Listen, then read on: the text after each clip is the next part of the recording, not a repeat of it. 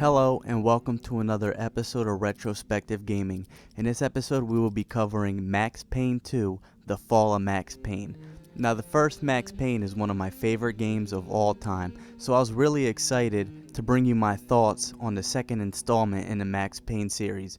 And before we get on with the episode, I just want to let you guys know that if you don't know already, this is a spoiler-free episode and that's how I do things, so just to let you know.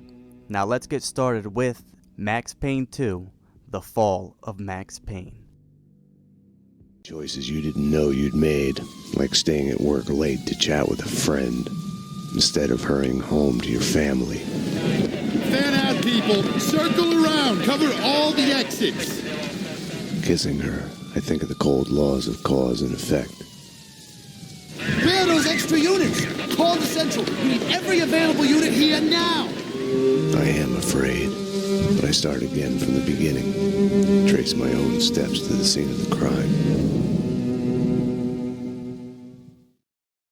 Now before we go on with the story in Max Payne 2, I just want to say, if you didn't play the first game and you're not familiar with the events, I suggest you play it or read about it or look up videos to figure out what's going on, because this is a sequel after all.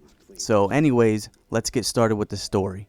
After leaving the DEA and going back to being a police officer and responding to a call, Max Payne runs into a familiar face, Mona Sax, and this is where the game starts. Conspiracy, betrayal, love, obsession. This is the web that entangles Max Payne in the second game. And to me, the best thing that they did in this game is show you another side of Max Payne. Because after everything that happened to him, you would think he was just some emotionless, cold, robotic personality with no feelings whatsoever. But he actually shows a softer side to him without it being cheesy, and that's the great thing about this game. And the writing is superb. This story is focused on the relationship between Mona Sax and Max Payne, and it is excellent. And there are some twists in there that I would have never seen coming. But the one bad thing I have to say about the story is basically the last fight you are in. I felt that it was either rushed or it's just very underwhelming. It goes by really fast and it's not that hard. And it's just a bad way to end such a great game. But that's the only flaw that I see in this story. It's very engaging and it's very complex. And to me, it's one of the best in video game history. If it ain't broke, don't fix it. Now that's the best way I can describe the gameplay in Max Payne 2. It doesn't try to add many new things or strip out things that worked and make it more complicated or making it worse. What it does is it improves upon a formula that is very successful in my opinion. Gunplay is more fluent, and the best thing that I really liked about the gameplay is how much of a bang it starts off with. See, in the first game, you had to wait a little bit before getting the really powerful guns, especially the assault rifle. But in Max Payne 2, you get powerful guns early on and it really makes you feel like a badass. And one other thing that I really liked for the PC version is that in the first game, whenever you right click the mouse, you went into bullet time, but you did a little dive every time you did it. So they moved it over to shift, and now when you right click, it just moves it into bullet time without doing that dive, which makes it better in my opinion. I like diving, but every time I want to go into bullet time, I don't want to do a little dive. And it's the little things like that that make Max Payne's 2 gameplay very well. The gunplay is awesome. They're even better weapons than they were in the first game, and it feels a lot more cinematic and puts you right in the middle of the action, a lot more than the first game. And I love the first game. So basically, they improved upon everything that the first game did and made it a lot more fluent and much more enjoyable.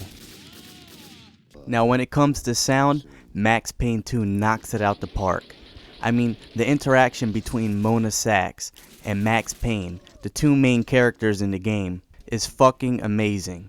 And it really engages you in the story, and you really want to find out what happens to these two characters. What is their destiny and what is the end game for them? And the supporting cast is great as well, and they just all knock it out the park. I've never had a problem with sound in Max Payne 2, not at all. the environmental sounds, the sounds of the guns. They really do a great job in this game. Now, when it comes to voice acting, there is one little gripe that I had, and it's nitpicking, and some people might have a problem with it. There is stereotypes in this game, and just like the first one, you know, you got your typical Italian gangster from New York, and you know, he sounds just like you would expect them to sound, and there's a little of that in the game, but overall the sound is fucking amazing, and that is just a little nitpick, and it shouldn't bother you at all. Now, Max Payne 1 has always been known for being very well done when it comes to the atmosphere, and Max Payne 2 is no different. But it's really Max Payne's character that really drives this atmosphere, because yes, there's great characters, there's great locations, and the gritty, dark streets in New York is a very great background for this story.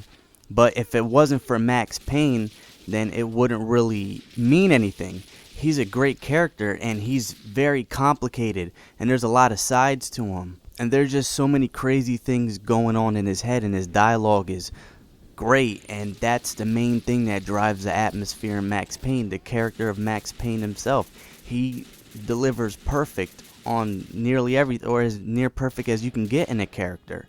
It's a very dark character in a very dark world where rarely anything good happens, and you know, it really hits you emotionally, and that's the thing about Max Payne that's always been crazy, that's been able to hit me in my emotional nerve or whatever, and make me care about the characters even though they're in a video game. And when a game can do that, then you know that it's done something right. And that's the great thing about the atmosphere, and overall about Max Payne 2. It's very rare for a sequel to surpass the original, and that's what Max Payne 2 has done. It improves upon the elements of the first game, and that's what Max Payne 2 is. In my opinion, it surpasses the original, and that's a really hard thing to say because the first Max Payne is one of my favorite games of all time. But the relationship between Mona Sax and Max Payne stole the show for me. It made for a very interesting, engaging storyline, and that's why I have to say that I think it surpassed the original. Now, I recommend I haven't played the third Max Payne, so I can't say anything about it, but I recommend the first two Max Paynes. You should play them if you haven't yet. If you're a fan of these type of games, or you just want a great story, then these two games are the first place you should go to because it's very great, and Max Payne is such a fucking amazing character. So thank you for watching another episode of Retrospective Gaming, and if you haven't subscribed yet, why not check out some of my other content and consider subscribing and helping me out. And have a great day.